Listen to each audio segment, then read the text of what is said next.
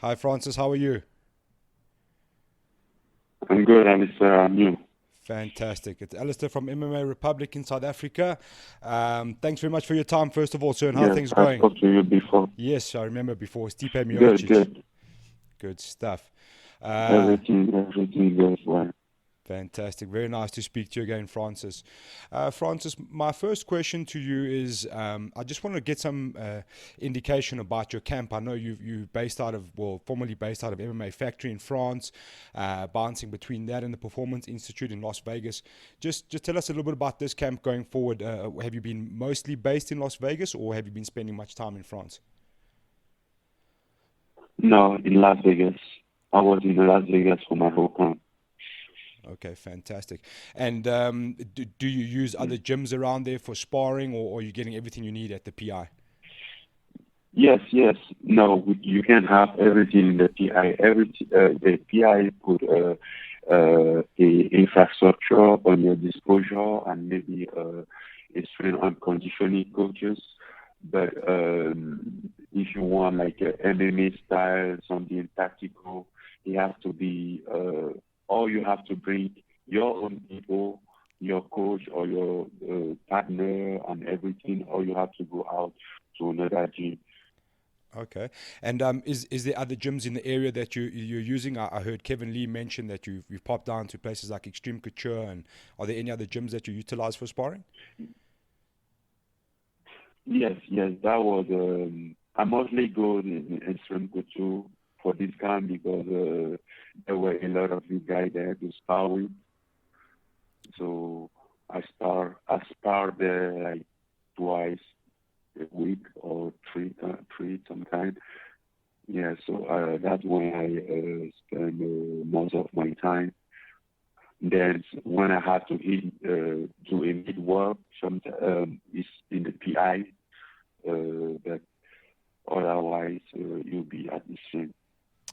The next question, obviously, we all want to hear about your upcoming fight with JDS. A very dangerous opponent, former champion, been around, done all. So, what do you make of JDS as an opponent? What do you make of Junior Dos Santos as an opponent, as an MMA fighter? I mean, Junior Dos Santos legacy talk to himself. You just have to look his career, his journey, and know more about him. And his reputation has been made.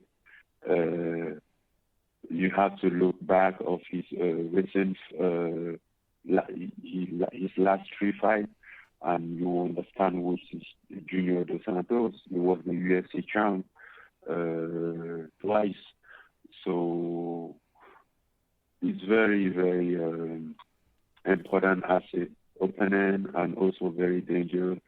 And I mean that's why I've been calling him out since like 2 years ago because yes, I think it's a good challenge for me. Basically, since we have almost the same style, yeah, I think it's going to be something good for me. Fantastic. And Francis, if you win this fight, do you think that you're automatically going to be considered for that next title shot?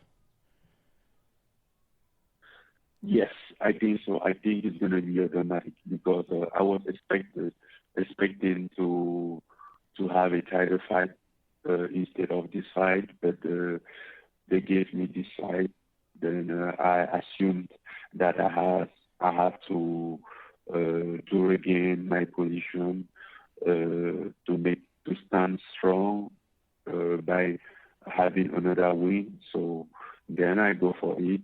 But I think after this fight, if I win this fight, I mean, when I look at the division, and also in my position, it's obvious because after this fight, there are nothing left is than a title fight.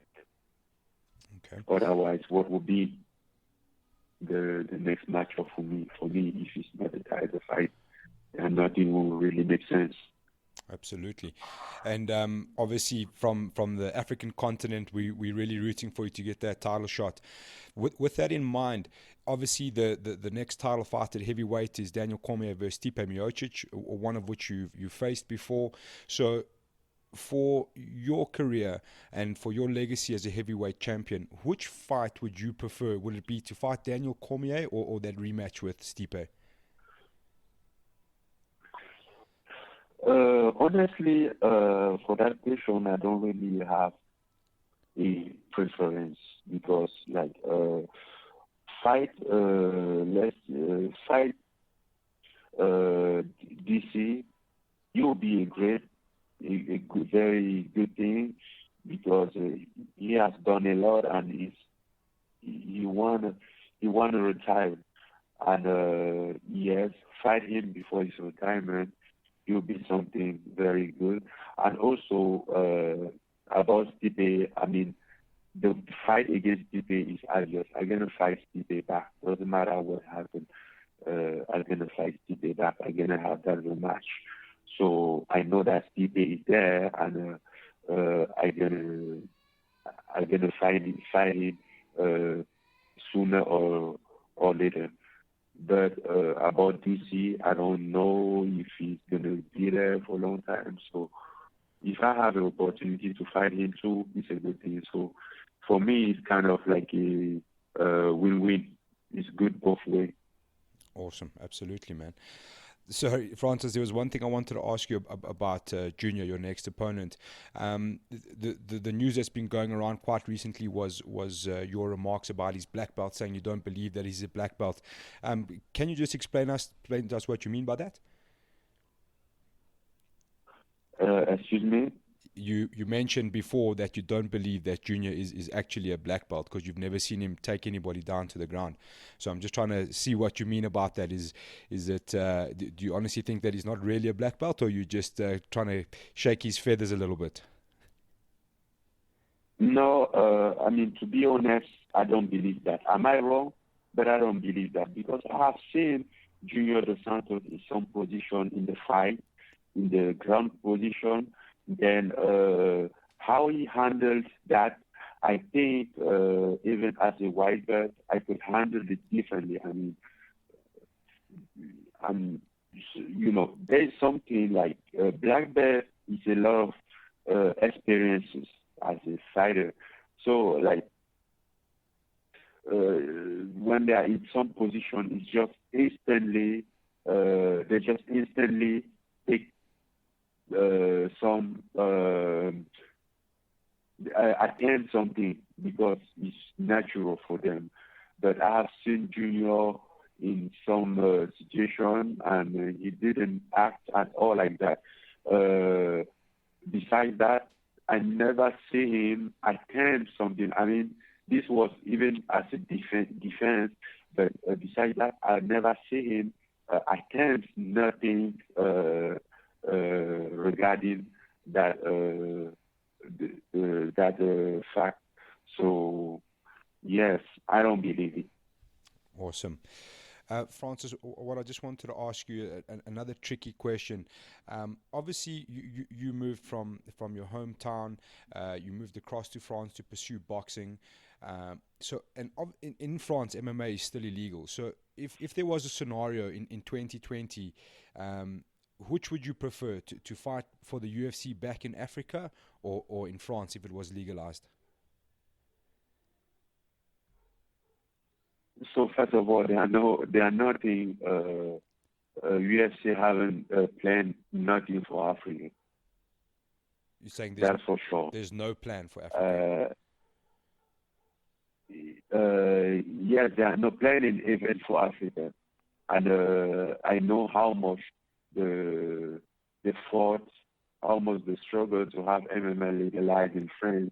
They really look up to that market, and that's why I'm sure that as soon as it's going to be legalized in France, they're just going to be there for events.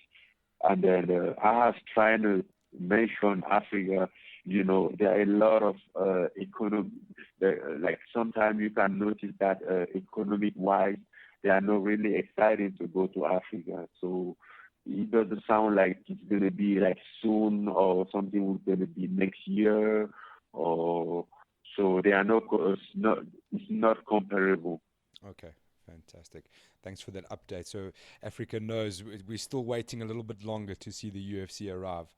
And the last thing I just wanted to ask you from I yes. Yes, I think so because I have hope to maybe fight in Africa, but it sounds like it's no soon to come. Okay. The last thing I wanted to ask you, staying on the topic of Africa, Francis, was about your organization, the Francis Ngannou Foundation. If you could just tell us a little bit about that. The Francis Foundation is kind of like basically like the way to empower child, to empower kids by sport. So trying to impact them. You are from South Africa, right? Yes. Yes. So a lot of problem in Africa. The poor community, they give up, they back down because things are not easy. They don't believe in it. Basically, when they are like the small villages around the country, they don't believe at it anymore, and people give up.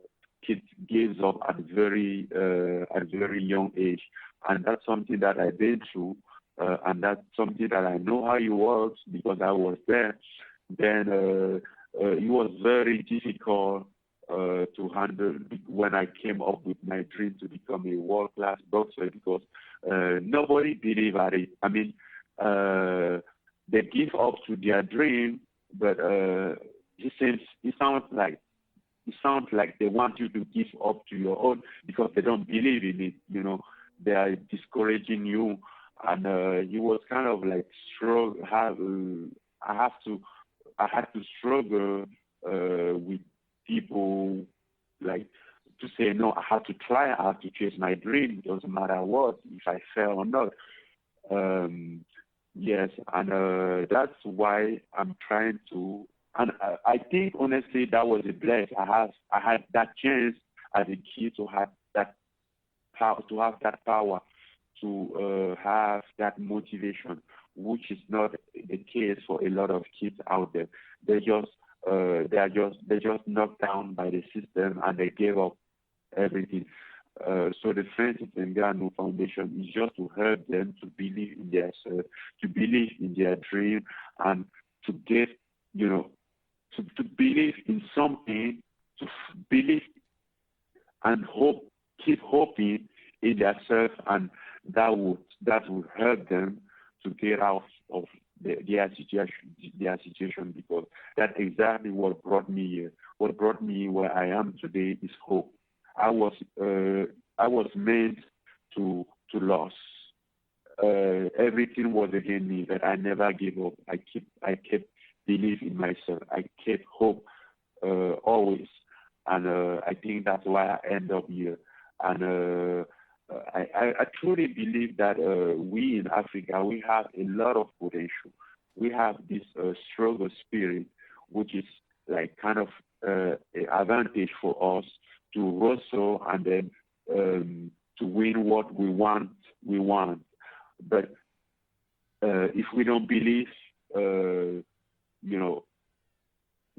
don't use have the benefit of our power, So it's why I made a foundation. If I can try to impact some of those kids to help them believe in themselves, believe in their dream, believe that it's possible, even though it's going to be twice difficult or three times difficult than for some people, but it's still not impossible. And yes, and when I was there myself, I was expecting somebody to come there because I was always a combat sport lover.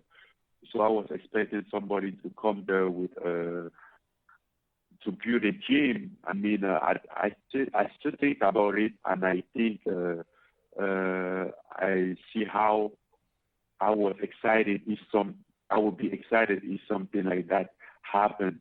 And then today, I just want to be. I hope there are some kids back there who have the same dream that I did, and then at least I will make them have the feeling that I didn't have. Yes. So it's kind of like doing something for myself, something that I would like somebody to do, and it didn't. Nobody did it, so I'm kind of like doing it by myself because I still see myself, despite everything. I still see myself among those kids. I still see myself like one of them. I look at them and I just see me among them. So that's why I'm doing it.